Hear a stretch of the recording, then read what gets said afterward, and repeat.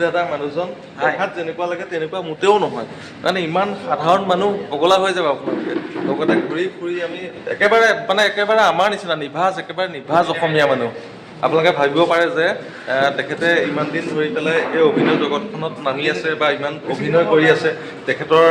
আন যি গ্লেমাৰ থকা যিসকল ব্যক্তি সেই ব্যক্তিসকলৰ নিচিনা যদি কিবা তেওঁৰ মানে আছে বুলি ভাবিছে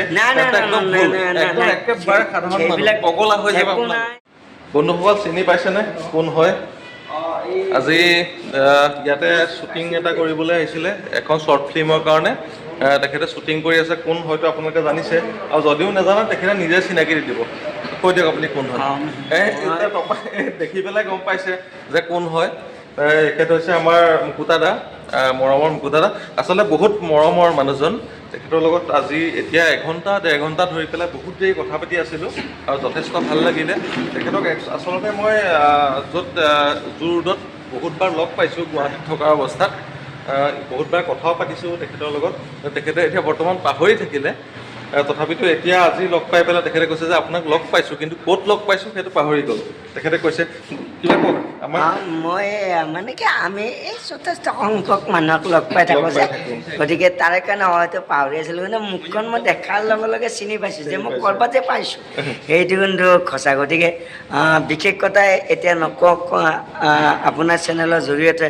সকলোকে মই আগতীয়াকৈ আমাৰ ৰঙালী বিহুৰ শুভেচ্ছা জ্ঞাপন কৰিছোঁ সকলোৱে ভালে থাকক আৰু একেটা চেনেলটো সকলোৱে ছাবস্ক্ৰাইব কৰিব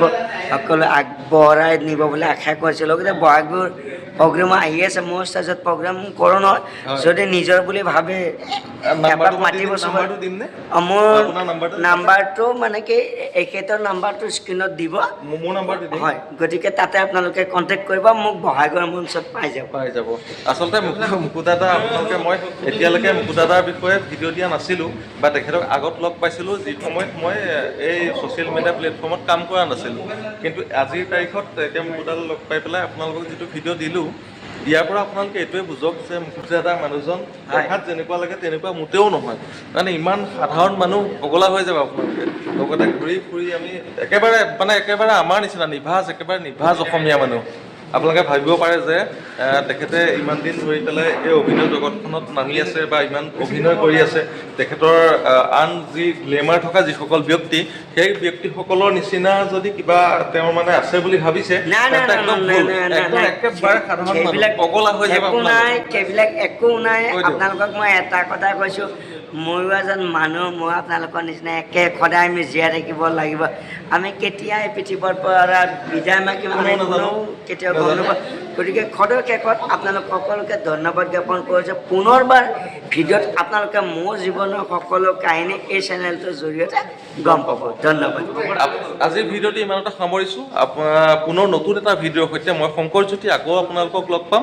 জয় আই অসম